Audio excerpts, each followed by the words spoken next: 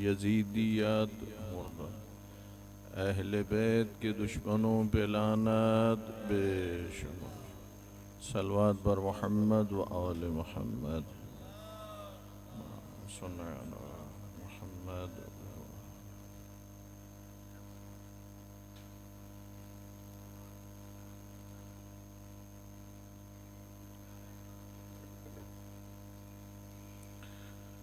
اعوذ باللہ من الشیطان الرجیم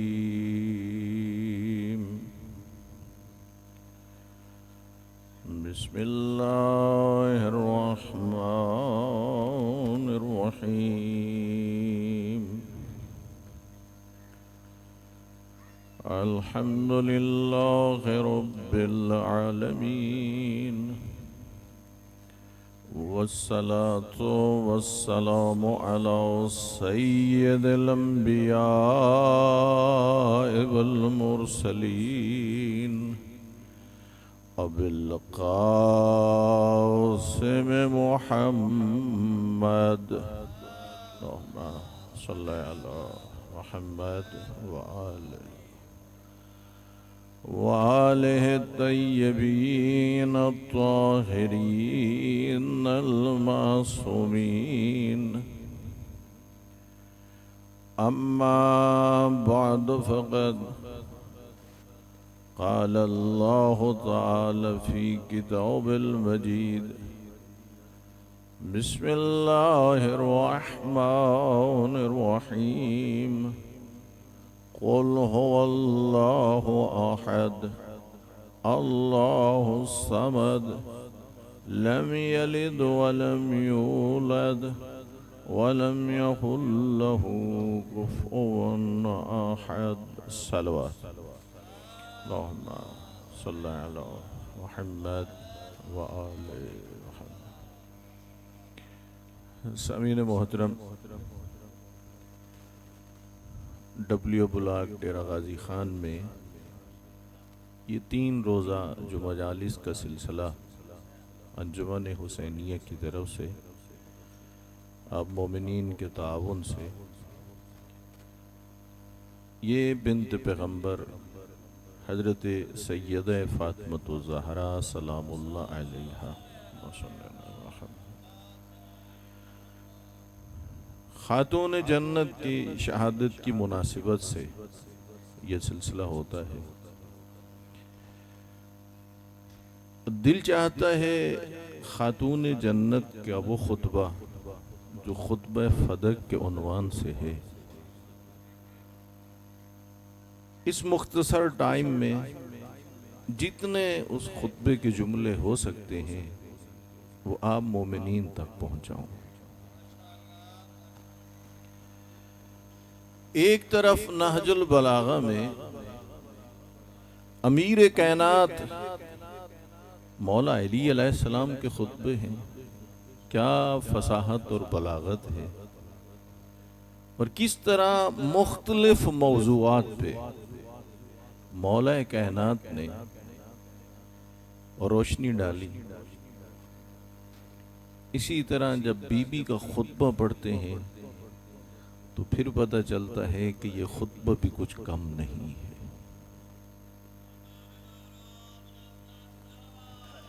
اللہم صلی علی محمد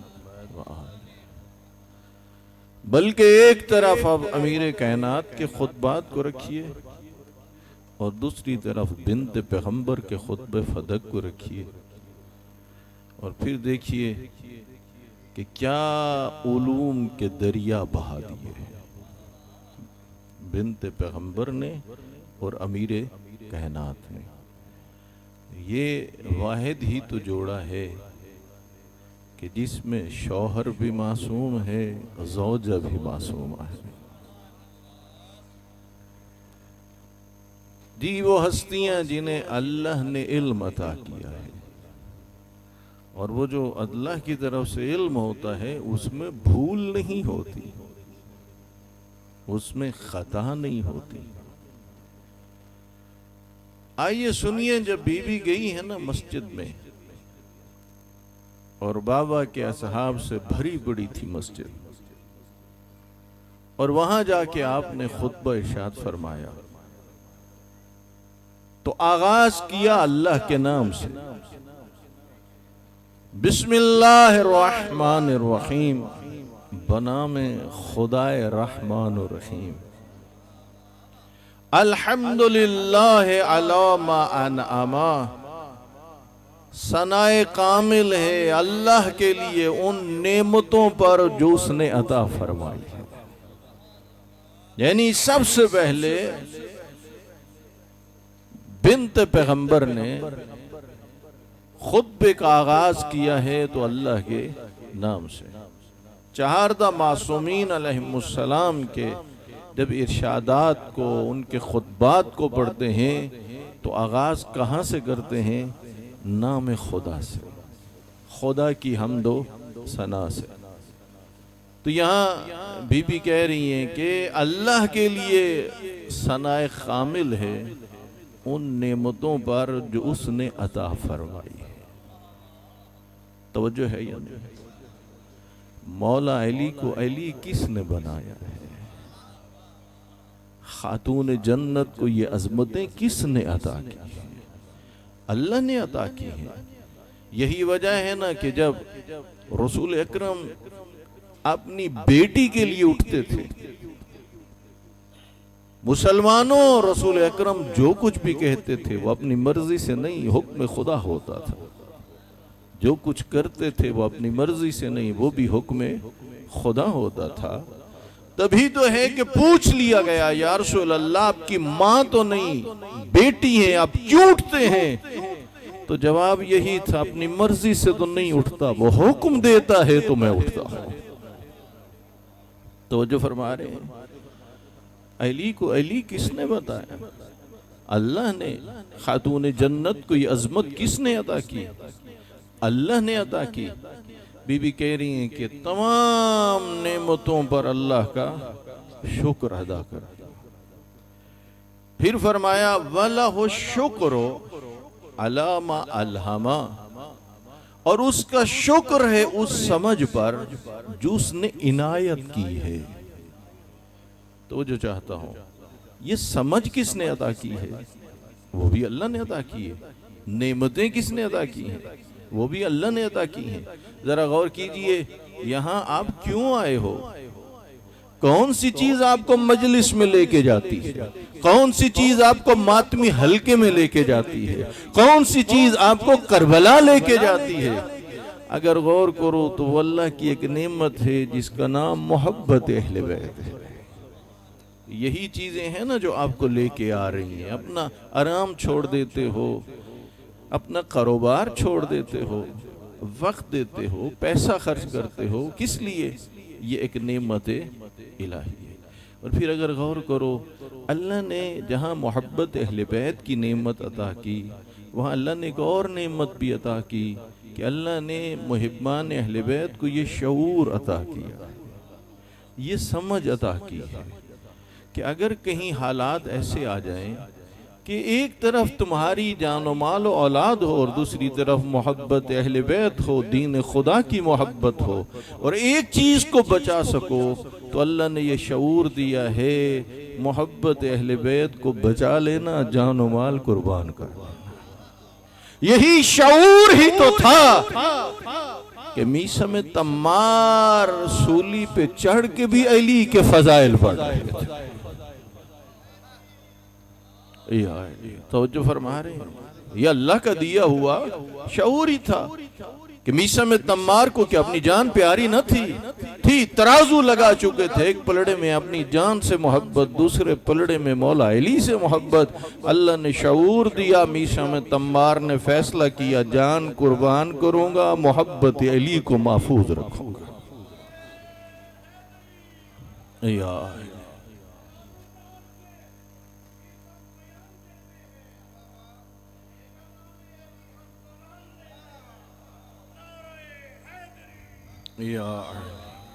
توجہ فرما رہے جناب حجر بن ادے کیا تھے؟ 20 ماہ رمضان کو جب ضرب لگی، مولا کائنات کو 19 کو ضرب لگی اور 20 کو اصحاب بیٹھے ہیں، اور جناب حجر بن ادے نے مرثیہ پڑھا مولا کے سامنے. جب رکے نا تو مولا نے پوچھ لیا حجر کیا کرے گا اس وقت جب تجھ سے کہا جائے گا علی کی محبت سے چھوڑ, علی کی محبت کو چھوڑ دے, کیا کرے گا ورنہ جان نہیں بچے گی.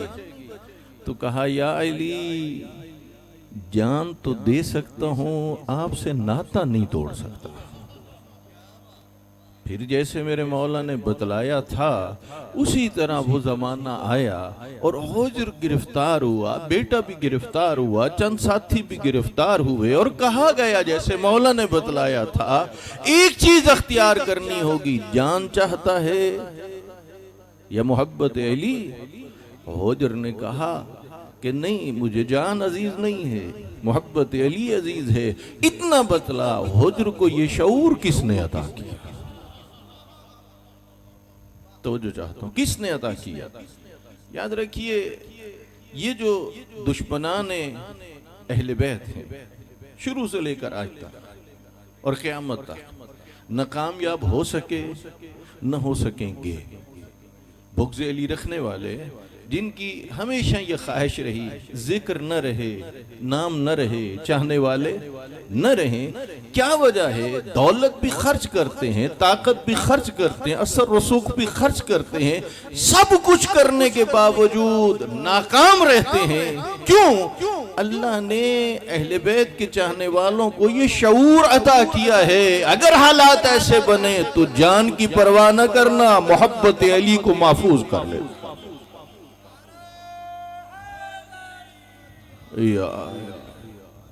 توجہ فرما رہے بی بی خطبہ دے رہی ہیں. خدا کا شکر اس بات پر کہ اس نے شعور عطا کیا, سمجھ عطا کی, اچھائی کیا ہے اور برائی کیا ہے. یہ اللہ نے شعور دیا ہے, اچھائی ہے محبت علی, برائی ہے بغض علی. یہ سمجھ اور شعور کس نے دیا ہے؟ یہ اللہ نے دیا ہے. پھر بنت پیغمبر نے کہا وَالثَّنَاءُ بِمَا قَدَّمَ مِنْ عَمُومِ نِعَمٍ ابْتَدَعَهَا, اور اس کی ثنا ہے, تعریف ہے ان نعمتوں پر جو اس نے پیشگی عطا کی ہیں. پیشگی کا کیا مطلب ہوتا ہے؟ پہلے سے. تو جو چاہتا ہوں ابھی تو اور میں دنیا پہ نہ آئے, تیری اور میری ضرورتوں کے انتظام اس نے پہلے سے کر دیا. توجہ ہے یا نہیں؟ پھر کیا ارشاد فرمایا ان ہماگیر نعمتوں پر جن کے عطا کرنے میں اس نے پہل کی اور ان نعمتوں کی فراہمی میں تواتر کے ساتھ اللہ نے فراوانی فرمائی. اور یہ نعمتوں کا جو دائرہ ہے نا یہ شمار نہیں کیا جا سکتا. اگر آپ کہیں نا قرآن کی ترجمانی کس سے لیں, یاد رکھنا معصوم جو کچھ بھی کہتے ہیں وہ قرآن کی ترجمانی ہوتی ہے. اللہ قرآن میں کہہ رہا ہے کہ تم نعمتوں کو گننا چاہو تو انہیں گن, بھی یہی بات سمجھا رہی ہے. اور فرمایا اور ان کی ادائے شکر کی حدود تک رسائی بہت بعید ہے. کہاں بندہ اللہ کی نعمتوں کے شکر کا حق ادا کر سکتا ہے؟ نہیں ہو سکتا. حضرت موسیٰ سے کہا گیا اے موسیٰ میری نعمتوں پر شکر ادا کرو. تو حضرت موسیٰ نے دیکھا جب شکر ادا کروں گا تو توفیق شکر بھی تو اس کی نعمت ہوگی, پھر اس پہ اس کا شکر ادا کروں, پھر اگلا شکر بھی تو اس کی توفیق ہے, پھر اس پہ اس کا شکر ادا کروں. اظہار عاجزی کیا, مالک تیری نعمتوں کے شکر کا حق ادا نہیں ہو سکتا. اس وقت پروردگار نے وحی بھیجی یا موسیٰ الآن شکرتنی حیث علمت ان ذالک منی. اے موسیٰ جب تجھے یقین ہو گیا کہ توفیق شکر بھی میری نعمت ہے, گویا تو نے میری نعمتوں کے شکر کا حق ادا کر دیا. اور فرما رہے پھر فرمایا اور انسان ان کی بے پایانی کا ادراک کرنے سے قاصر ہے. نعمتوں میں اضافہ اور تسلسل کے لیے لوگوں کو شکر کرنے کی ہدایت کی. خدا نے کہا نا لَإِن شَكَرْتُمْ لَأَزِيدَنَّكُمْ, نعمتوں پہ شکر تم ادا کرتے جاؤ، نعمتوں کو میں بڑھاتا چلا جاؤں گا۔ اور فرما رہی ہیں جو جو چاہتا ہے میری نعمتیں اور بڑھ جائیں، تو بنت پیغمبر نے کہا ایسا کرو، جو ملی ہیں نعمتیں ان پر اس کا شکر ادا کرو، اس کا وعدہ ہے وہ تمہاری نعمتوں کو بڑھا دے گا۔ اللہم صلی علی محمد۔ پھر فرمایا وَأَشْهَدُ أَن لَا إِلَٰهَ إِلَّا اللَّهُ وَحْدَهُ لَا شَرِيكَ لَهُ، اور میں گواہی دیتی ہوں اللہ کے سوا کوئی معبود نہیں۔ تو جو چاہتا ہوں اللہ کے علاوہ کوئی معبود نہیں، وہ یکتا ہے، اس کا کوئی شریک نہیں۔ جی، اور پھر بی بی نے اسی خطبے کو آگے بڑھاتے ہوئے، چونکہ وقت نہیں ہے میں سارے جملے آپ کی خدمت میں نہیں بیان کر سکتا، لیکن آئیے سنیے بی بی نے عقیدہ توحید کو کیسے سمجھایا۔ فرمایا الممتنع من الابصار رؤیتہ، نہ تو وہ نگاہوں کی محدودیت میں آ سکتا ہے، تو جو چاہتا ہوں نہ تو وہ نگاہوں کی محدودیت میں آ سکتا ہے، اور نہ ہی زبان سے اس کا وصف بیان ہو سکتا ہے، اور نہ وہم و خیال اس کی کیفیت کو، اور وہم و خیال اس کی کیفیت کو سمجھنے سے قاصر ہے۔ پھر فرمایا ابتدأ الاشیاء لا من شیء کان قبلہا، ہر چیز کو لا شے سے وجود میں لایا، کچھ بھی نہ تھا اور اس نے کیا کیا، شے کو وجود عطا کیا۔ بی بی کے خطبے کے کچھ جملے آپ تک پہنچا رہا ہوں۔ اور پھر کیا کیا، وَأَنشَأَهَا، اور اپنی قدرت سے۔ اچھا یہاں ایک بات اور بھی کہوں، بی بی نے ایک اور بات بھی سمجھائی، کسی کے پاس جاؤ نا فرنیچر بنوانا ہو تو وہ تصویریں دکھاتے ہیں، ایسا بنا کے دیں، ایسا بنا کے دیں، یعنی پہلے سے ایک نمونہ کیا ہے، موجود ہے۔ بی بی کہتی ہیں وہ ایسا قادر مطلق ہے کہ جس نے کسی نمونے کے بغیر کائنات کو ایجاد کر دیا۔ اللہ اکبر، یا رسول اللہ، یا توجہ فرما رہے اپنی، اور کیا کیا بھلا، اپنی قدرت سے انہیں وجود بخشا، اپنی قدرت سے وجود بخشا، اور اپنے ارادے سے ان کی تخلیق فرمائی۔ زمین اسی نے بنائی، آسمان اسی نے بنایا، چاند و سارے اسی نے بنائے، سورج، سب کچھ خلق کرنے والا کون ہے، وہ اللہ۔ یہاں سمجھیے پھر بنت پیغمبر نے یہ بات سمجھائی، کیا علوم کے دریا بہا دیے۔ فرمانے لگیں من غیر حاجت منہ الا تقوینہا، ان کی ایجاد کی اسے ضرورت نہیں تھی۔ تو جو چاہتا ہوں آپ میں سے جس کے پاس جو گھر ہے وہ آپ نے بنایا ہے ضرورت کی خاطر۔ تو جو چاہتا ہوں کس لیے بنایا ہے، اگر زیادہ سرمایہ ہو تو بندہ چند گھر بنا کے کچھ کرائے پہ دے دیتا ہے، تو وہ بھی ضرورت ہوئی یا نہ ہوئی۔ یعنی اگر آپ دیکھیں آپ جو کچھ بھی کر رہے ہیں تو اس کی وجہ کیا ہے، ضرورت ہے۔ بنت پیغمبر بتلا رہی ہیں اس نے اپنی قدرت سے اس کائنات کو خلق کیا، لیکن اسے ضرورت نہیں تھی، نہ اس کی صورت گری میں اس کا کوئی مفاد تھا۔ پھر انسان کے ذہن میں سوال پیدا ہوتا ہے جب اسے ضرورت نہیں تھی تو پھر کائنات کو خلق کیوں کیا؟ پھر اس بات کو سمجھایا، کہا ہاں وہ صرف اپنی حکمت کو آشکار کرنا چاہتا تھا اور طاعت و بندگی کی طرف توجہ دلانا چاہتا تھا، وَإِظْهَارًا لِقُدْرَتِهِ، اور اپنی قدرت کا اظہار کرنا چاہتا تھا اور مخلوق کو اپنی بندگی کے دائرے میں لانا چاہتا تھا، اپنی دعوت کو استحکام دینا چاہتا تھا۔ پھر اس نے اپنی اطاعت کو باعث ثواب اور معصیت کو موجب عذاب قرار دیا. یعنی اس نے فیصلہ کیا جو میری اطاعت کرے گا میں اسے اجر دوں گا، اور جو میری نافرمانی کرے گا میں اسے کیا کروں گا؟ میں اسے سزا دوں گا. ابلیس کو سزا ملی اور ملے گی کس بنیاد پر؟ توجہ چاہتا ہوں، کس بنیاد پر؟ اس نے رب کی کیا کی ہے؟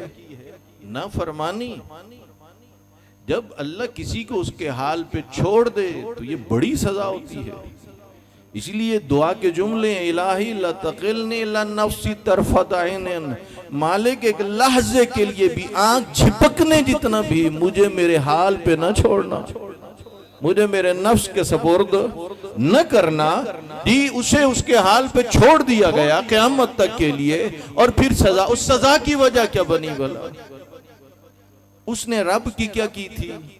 نافرمانی، حکم خدا کو نہیں مانا تھا. توجہ چاہتا ہوں، بی بی کہہ رہی ہیں اللہ نے یہ فیصلہ کیا اطاعت گزاروں کو دوں گا اجر جزا، اور نافرمان کو کیا دوں گا؟ سزا. ابلیس کیا پائے گا؟ کیوں؟ وہ بنا نافرمان. اب سن لیجئے، چھٹے امام نے فرمایا کہ ابلیس نے جب اس سجدے سے انکار کیا جو حکم خدا سے ہونا تھا، اس کے بعد اگر ابلیس اللہ کو سجدہ کرے نہ اللہ اس سجدے کو قبول کرے گا، نہ اسے اس کا کوئی فائدہ پہنچے گا. یہ کہہ کے فرمایا اسی طرح وہ جو اللہ نے اعلان غدیر کروایا تھا جب تک ایمان نہیں لاؤ گے نہ عبادتیں قبول کرے گا نہ فائدہ پہنچے گا.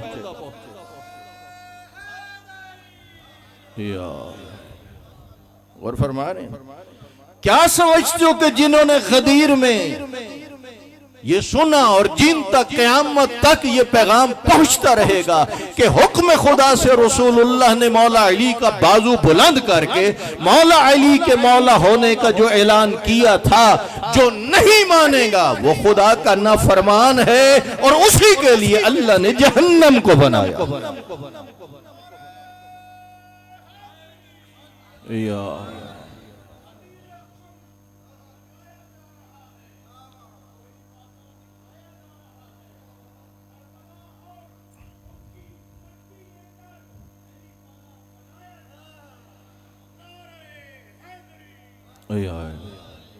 جس طرح خدا کو نہ ماننے والا، شرک کرنے والا خدا کا نہ فرمان ہے، رسول خدا کی نبوت پر خط نبوت پہ ایمان نہ رکھنے والا خدا کا نہ فرمان ہے، اسی طرح مولا علی اور آپ کے بیٹوں کی امامت اور ولایت کا منکر بھی خدا کا نہ فرمان ہے.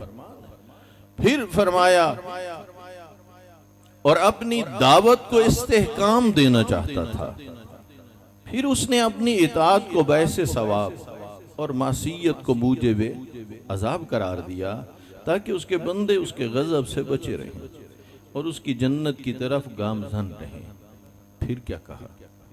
وَأَشْهَدُ أَنَّ أَبِي مُحَمَّدًا عَبْدُهُ وَرَسُولُهُ. یہاں تھوڑی سی آپ کی توجہ چاہیے. آپ اور میں بھی کہتے ہیں اشہد ان محمدًا عبدہ ورسولہ. کیا مطلب ہے؟ میں گواہی دیتا ہوں کہ محمد اللہ کا بندہ ہے اور اس کا رسول ہے. لیکن بنت پیغمبر میں اسی جملے میں یوں کہا اشہد ان ابی. توجہ چاہتا ہوں، اشہد ان ابی محمدً عبدہ ورسولہ. اس جملے کا کیا مطلب ہے؟ مطلب یہ ہے اگر تمہاری سمجھ میں نہیں آتا کہ زہرا کی عظمت کیا ہے، اتنا تو دیکھ میں محمد کی بیٹی کھڑی ہوں.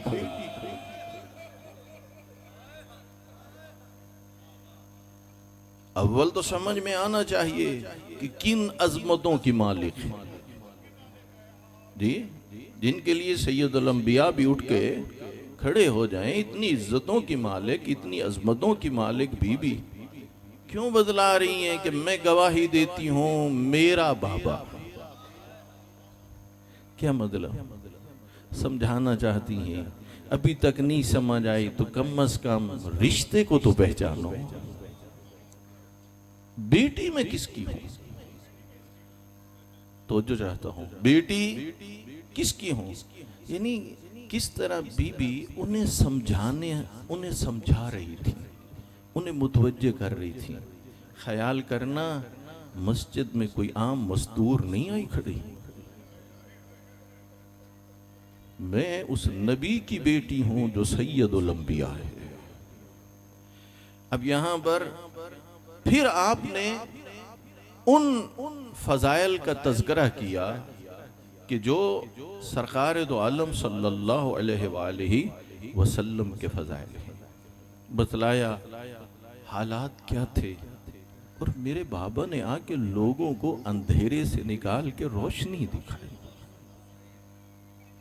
میرے بابا نے کس طرح لوگوں کو ہدایت کی، بتلایا کہ اس وقت سرزمین عرب میں صورتحال کیا تھی، رہن سہن کیسا تھا، عقائد کیسے تھے، تہذیب کیسی تھی، کلچر کیسا تھا، یعنی اس پورے عرب کو کون تھا اس جہالت سے نکالنے والا، کون تھا ان اندھیروں سے نکالنے والا، کون تھا آتش گدوں سے نکالنے والا، کون تھا بتوں کی پوجا کرنے والوں کو دعوت توحید دینے والا۔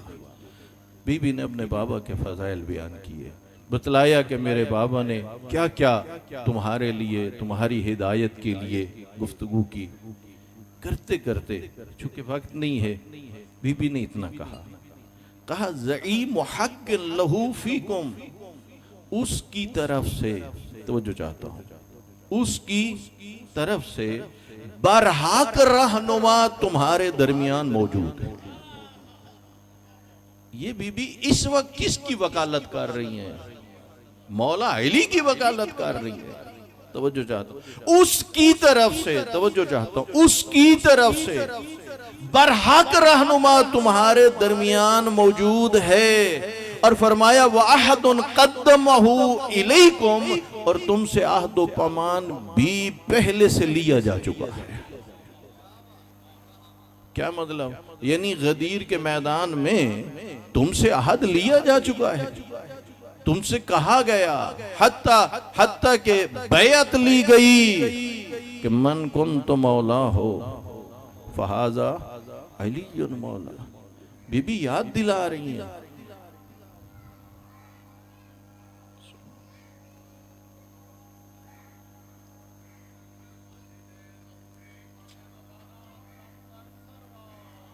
اللہم صلی علی محمد وآلہ۔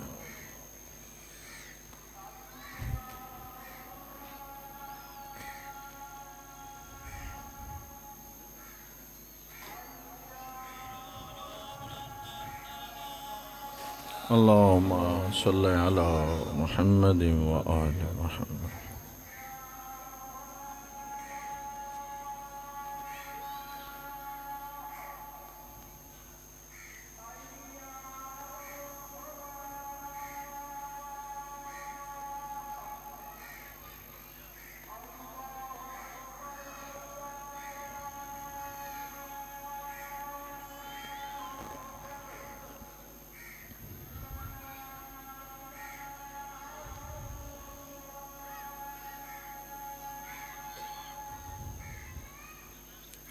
صلوات بھیجئے محمد و آل محمد۔ اللہم صلی علی محمد و آل محمد۔ جی توجہ فرما رہے ہیں، بی بی کہہ رہی ہیں، متوجہ فرما رہی ہیں، بتلا رہی ہیں، خیال رکھو تمہارے درمیان وہ موجود ہے جس کا عہد تم سے لیا گیا ہے، اور کس کی طرف سے بھلا؟ وہ اللہ کی طرف سے لیا گیا۔ جی وکالت کر رہی ہیں، اور صورتحال یہ تھی وکالت کی کہ مولا علی کے ساتھ مدینے کے انصار و مہاجرین کے گھروں تک بھی گئی، اور جا کے پوچھتی تھیں کیا بھول گئے ہو اس عہد کو جو میرے بابا نے غدیر میں لیا تھا؟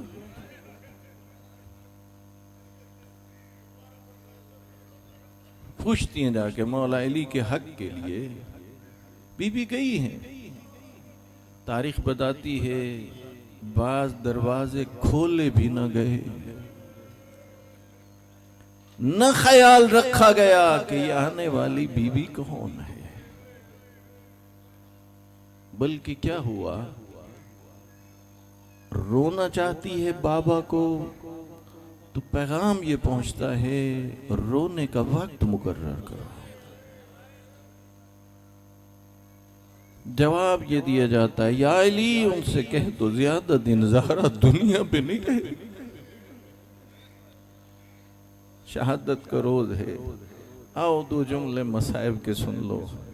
بی بی نے تو مولا کائنات کے حق میں آواز اٹھائی، گھروں تک گئیں، کوشش کی، حتیٰ کہ ایثار کا یہ عالم تھا جب ظلم کی چکی میں پس چکی تھی، در و دیوار میں آ چکی تھی، وہ جب محسن شہید ہو چکا تھا، وہ جب پہلو زخمی ہو چکا تھا، وہ جب نگاہ اٹھائی اور دیکھا کہ گھر میں نامحرم مردوں کے قدموں کے نشان تھے، اور اس وقت پوچھ لیا تھا فضہ اتنا بتلا ابو الحسن کہا. جواب یہ تھا کہ علی گرفتار ہو چکے ہیں، اور جس کا پہلو زخمی تھا وہی بی بی کہہ رہی تھی فضہ میری مدد کرو. اور پھر اٹھیں اور مولا علی کے دامن میں ہاتھ ڈالا، اس لیے کہ جانتی تھیں ان کے ارادے کچھ ٹھیک نہ تھے، مولا علی کی جان خطرے میں تھی. وہی بی بی جو محافظہ نبوت و رسالت تھی، وہی بی بی اس مشکل گھڑی میں محافظہ امامت و ولایت بن کے اٹھی. اور وہ منظر کتنا عجیب تھا جب وہ چھڑوانا چاہتے تھے تو اس وقت کیا کیا گیا. میں حیران ہوتا ہوں، مسلمانوں اللہ کے رسول سے محبت کا دعویٰ رکھتے ہو، ان کی نالین کی شبیہ بنا کے اپنے ماتھے پہ سجاتے ہو، بہت اچھا کرتے ہو جو دعویٰ محبت رکھتے ہو، جو نالین کی شبیہ بناتے ہو، جو میلاد بناتے ہو. اتنا بتلاؤ اس نالین کی شبیہ کو تو یاد رکھتے ہو جس کے لیے نبی اٹھتے تھے اور جس کے بارے میں نبی کبھی فرماتے ہیں یہ ام ابیہا، اور یہ اپنے باپ کی بھی ماں ہے، اور کبھی فرماتے ہیں زہرا میرا ٹکڑا ہے، اور جس کے دروازے پہ رک کے 6 سے 9 مہینے تک آیت تطہیر کی تلاوت کرتے رہے. اس بی بی کا صدمہ، اس بی بی کی شہادت، اس بی بی کے دکھ، اس بی بی کے غم کیوں نہیں منائے جاتے، کیوں نہیں یاد کیے جاتے. وہ منظر کتنا عجیب تھا. اور جس وقت وہ چھڑوانا چاہ رہے تھے اور بی بی نے نہ چھوڑا، اس وقت کنزف آگے بڑھا اور تازیانہ لے کے مسلمانوں وہاں سطریں لکھنا شروع کی جو بوسہ گائے محمد تھی. اور جس جگہ کا بوسہ نبی لیتے تھے، اور جن ہاتھوں کا بوسہ نبی لیتے تھے، انہی پر تازیانوں کی سطریں لکھی گئیں. لے کے چلے گئے. اس وقت ارادہ کیا کہ میں اب بد دعا کرتی ہوں. روایت کہتی ہیں سر پہ اپنے بابا کا قمیض رکھوں گی، حسنین کو اپنے ساتھ لے لوں گی. روایتیں کچھ یوں سمجھاتی ہیں اس وقت جب ارادہ کیا تو مسجد النبی کی دیواریں بلند ہونا شروع ہو گئی. مولا علی نے فرمایا سلمان جاؤ نبی کی بیٹی سے کہو بد دعا نہ کرنا. جب حکم امام پہنچا تو بنت پیغمبر نے کہا سلمان جب امام نے منع کر دیا میں بد دعا نہیں کروں گی، لیکن تب تک گھر بھی نہیں جاؤں گی جب تک علی رہا نہیں ہو جائے. رک گئی ہے بی بی وہیں پر، اور محنت تھی بی بی کی اور کوشش تھی کہ مولا علی رہا ہوئے. اب جو بی بی چلیں دیکھا کہ مولا علی رہا ہو گئے. بی بی گھر کی طرف آئیں تو منظر کیا تھا، دروازے پہ دھواں بلند ہو رہا تھا، کہیں بیٹیوں کے سسکیوں کی آوازیں تھیں اور کہیں بیٹوں کے رونے کی آوازیں تھیں. بی بی آئی ہیں صحن میں آ کے رک گئیں. مولا علی پیچھے سے آ رہے تھے, وہیں آ کے رک گئے, اور اس وقت میری آقا زادی نے اپنا رخسار مولا علی کے شانے پہ رکھا. لیکن صورتحال کیا تھی, ایک ہاتھ زخمی پہلو پہ تھا. اب اس روایت کو میں ذرا آسان کر کے عرض کروں, کوئی اس انداز میں یہ ظلم کی آندھی چلی تھی, مولا علی کو پوچھنے کا موقع نہ ملا تھا. اس لیے پوچھ لیا, بنت پیغمبر اتنا بتلاؤ خیریت سے تو ہو, اور جس کا محسن شہید ہو چکا ہے اور جس کا پہلو زخمی ہے, اتنا کہا یا علی اگر آپ خیریت سے ہو.